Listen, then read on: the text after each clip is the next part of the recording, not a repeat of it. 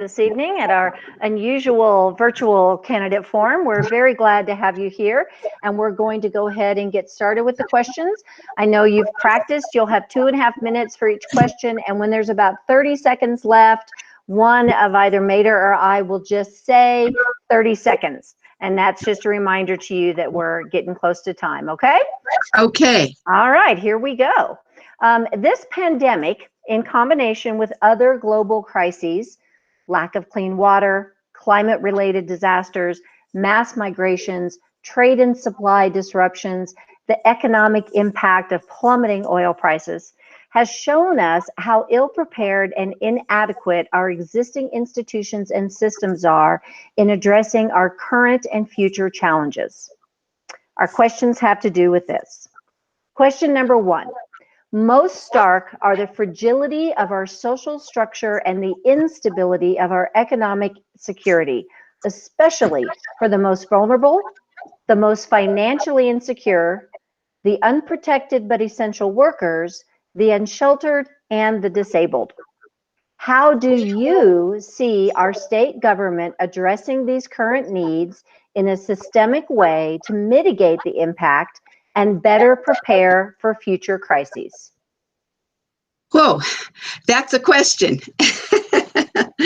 Well, first of all, I want to say that this virus and pandemic and insecurities that we are seeing aren't going to go away anytime soon, especially in terms of the virus. We're going to have to prepare ourselves to coexist with this virus in terms of testing, in terms of tracing and treatment until we have a vaccine. And as always, when bad things happen, it is the most vulnerable populations that are hit hardest.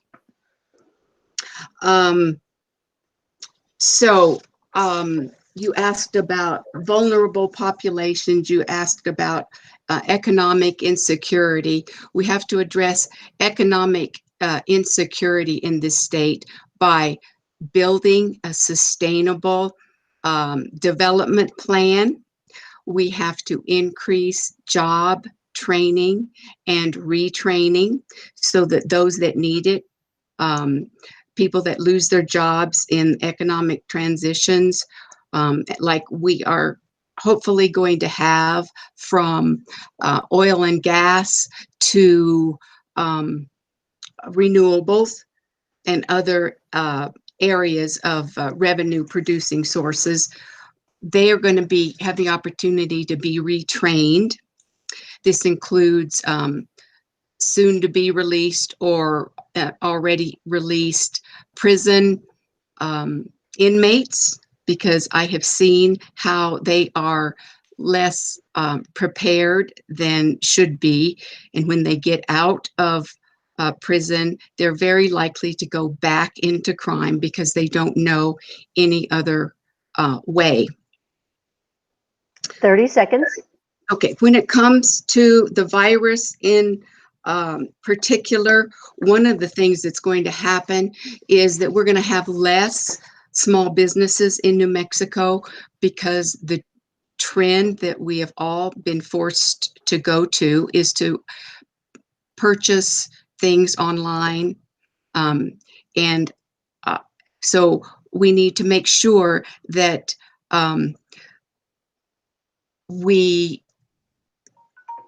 that's going to need more broadband infrastructure, and that will impact the less fortunate people in the outlying community. So we need to address that as an issue, because that is going to change how we do business in this state.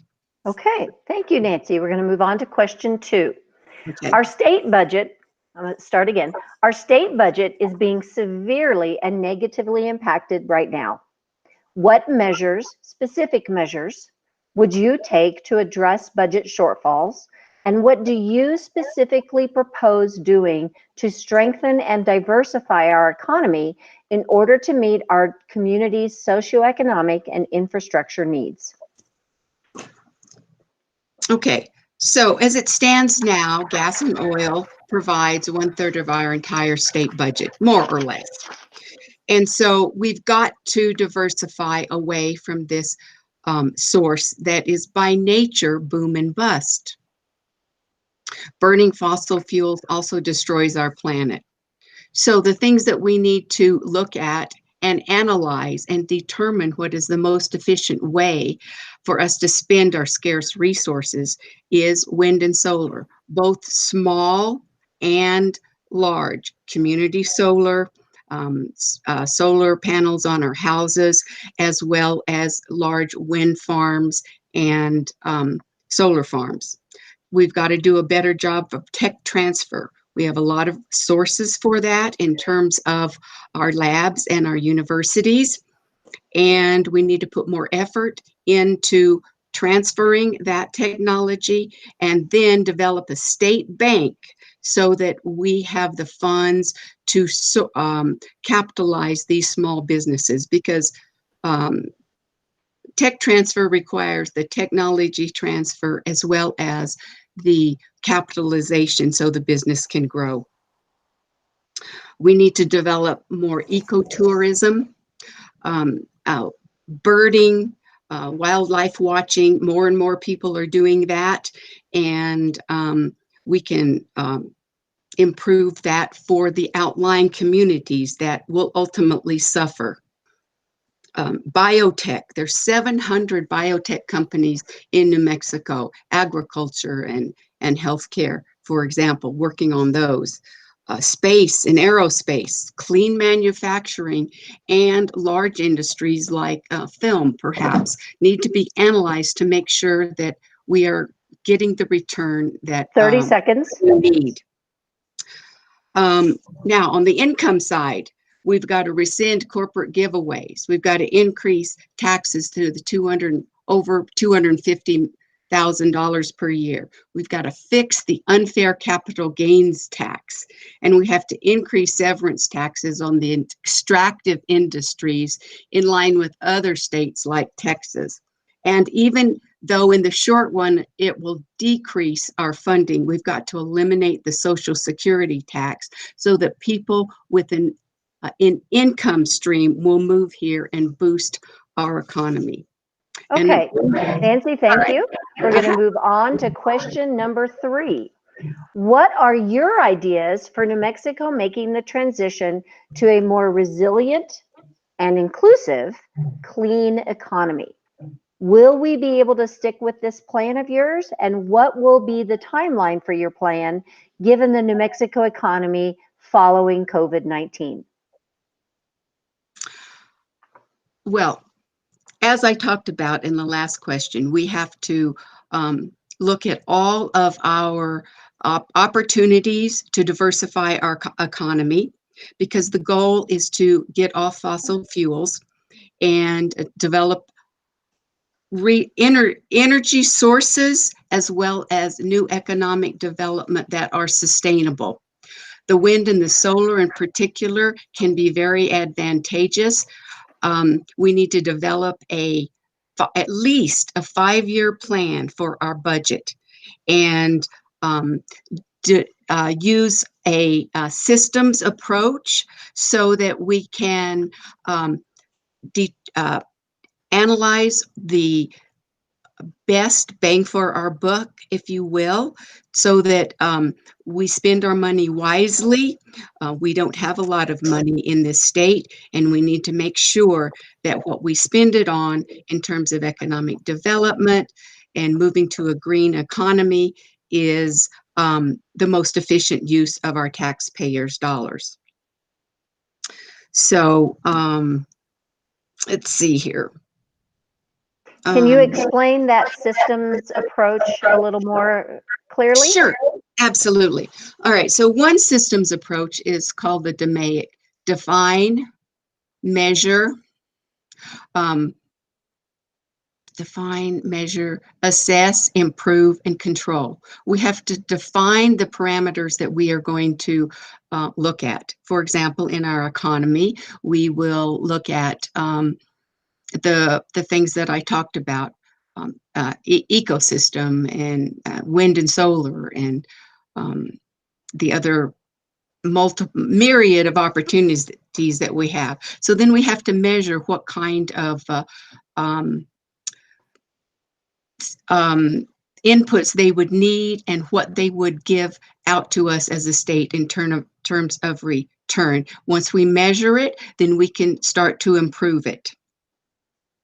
And then we measure again. So it's a cyclical type of situation where we are in a constant improve, test, analyze, and improve. And I see that the state here, unfortunately, seems to be in 30 seconds.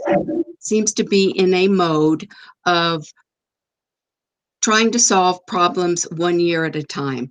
And our budget problems are complex problems, and we must have systems approach to where, and a holistic approach where we look at the whole system, we look at unintended consequences that can happen quite often, and go by a plan, adjusting as necessary. Okay, thank you very much, Nancy. Moving on, our last question. Our state law criminalizing abortion predates Roe v. Wade and would be in effect if Roe v. Wade is overturned. Right. What specific measures will you take to help provide accessible, affordable, and safe abortion and reproductive health care for women in New Mexico? All right. Well, I believe that all healthcare decisions, including abortion healthcare, is best made by the woman, effective in consultation with her healthcare providers, and if she so chooses, her faith. I'm old enough to have seen what happens when young women, quote unquote, have to get married. And quite often, more often than not, the children suffer, and so do the young parents. Or they seek desperate and unsafe measures, and they can die. The same year that Roe v. Wade was decided by the Supreme Court, a friend of mine became pregnant. And because of Roe v. Wade, her desperation transferred to relief.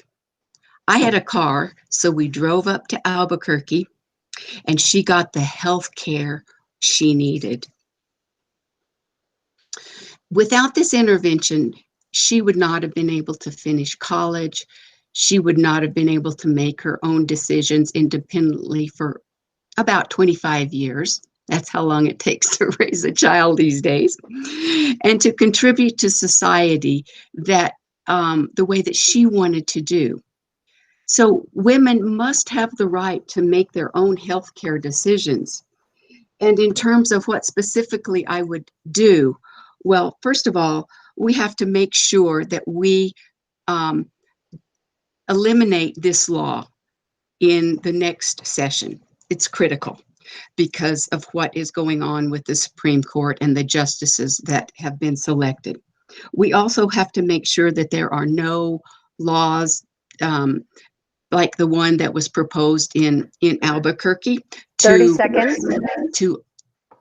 to limit the ways that women can get abortion health care, because these laws are presented as if they're protections for the woman, but in reality, they are just laws designed to put barriers in the way of women who want to have proper health care. So we have to be vigilant in terms of making sure that no county, no city pass any of those laws, and that has been tried in Albuquerque. Okay, Nancy, we have one follow-up question for you, and this is coming from Wendy Parker Wood. Given the likelihood of, as you pointed out, many small businesses not surviving this pandemic, how do you see owners and their employees re-entering the workforce? I lost the question, sorry. How do you see owners and their employees re-entering the workforce? and what can be done to free direct their experience and transferable skills? Redirect their experience and transferable skills. All right. So, assuming that this trend of e-commerce continues, the state needs to intervene and make sure that some of these small businesses that are not eligible or don't get federal funding have the short-term funding that they need to remain viable. In addition, the state needs to make sure that these small businesses get classes or are provided the opportunity for classes to how to sell online on the internet. And I think that would be something that would help them weather this storm. And in terms of redirecting, I'm a firm believer in education, and when I say education, I mean training and retraining. The average person, pardon me, in the workforce today will change jobs between 5 and 7 times in their work-life career.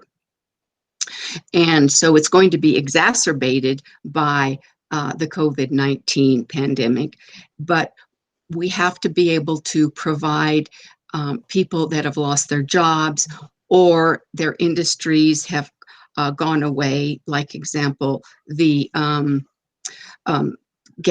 the coal-fired power plants, with the opportunity to retrain so that they have an opportunity to move into another field. So it's not going to be easy to get these businesses started, but 30 seconds. But I think if the state has that as a high priority, we can address some of these issues. I know the city has some small programs to do this, and we just have to be aware that one of the primary driving forces in our economy here in New Mexico is the small business, and we need to help them and their employees be protected as much as we can from the coronavirus pandemic. Thank you. So Nancy, right before we're in a second, I'm going to give you about 1 minute for a closing statement. Before that, I just want to thank you again for joining us in this unusual, but probably will become more common kind of forum. So Indeed. Thank you for joining us. And if you'd like, go ahead and take 1 minute for closing. Thank you. Okay. I have talked to hundreds of people in this district, and one of the driving issues up here is public safety. And we all deserve to be free of concern for our personal safety and our property. And so we must address the 3 pillars of public safety. They are prevention, enforcement, and treatment. We must provide New Mexico families early on the help they need so they can succeed at school and move on into being productive members of the society. We must provide them parenting classes. Early childhood and after-school programs are critical for this. Enforcement. We must provide law enforcement and judicial agencies the tools, the funding, the training they need so that law is enforced equitably and fairly, whether it's District 20, the South Valley, or Doñana County. And treatment. The goal of treatment is for people to not end up back in the system or on the streets. And so we've got to rebuild our mental health system that was dismantled. We've got to address drug addiction. 10 seconds. And we've got to provide job training. I'm Nancy Savage, and I'm running for State Senate District 20, and I ask for your vote if you're in my district and your support. Thank you so much. Thank you, Nancy, very much. We really appreciate you joining us tonight. Okay.